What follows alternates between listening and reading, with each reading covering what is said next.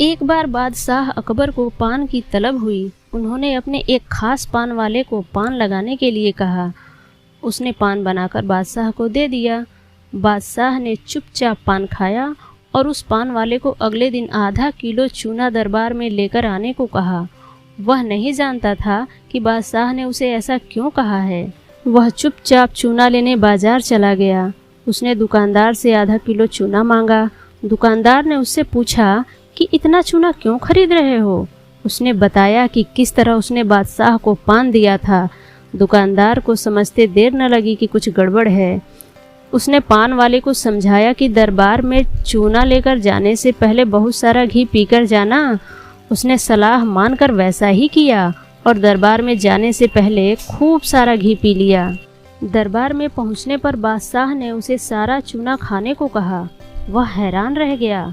उसे उम्मीद न थी कि बादशाह ने उसे चूना इसलिए मंगवाया था, लेकिन वह तो इसके लिए तैयार था, इसलिए उसने सारा चूना खा लिया।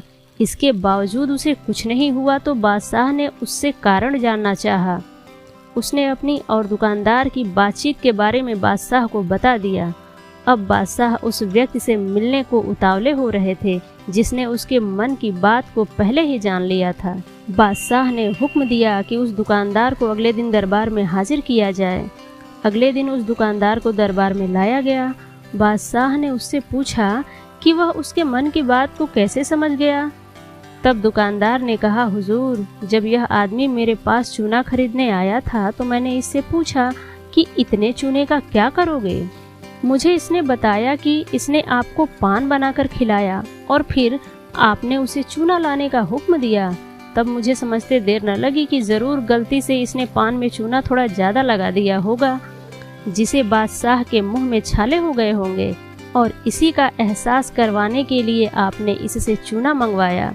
मैंने इसे सलाह दी कि दरबार में जाने से पहले घी पीकर जाना, जिससे अगर तुम्हें चूना खाना भी पड़े तो उसका असर कम हो जाए। यह दुकानदार कोई और नहीं, बिरबल ही थे।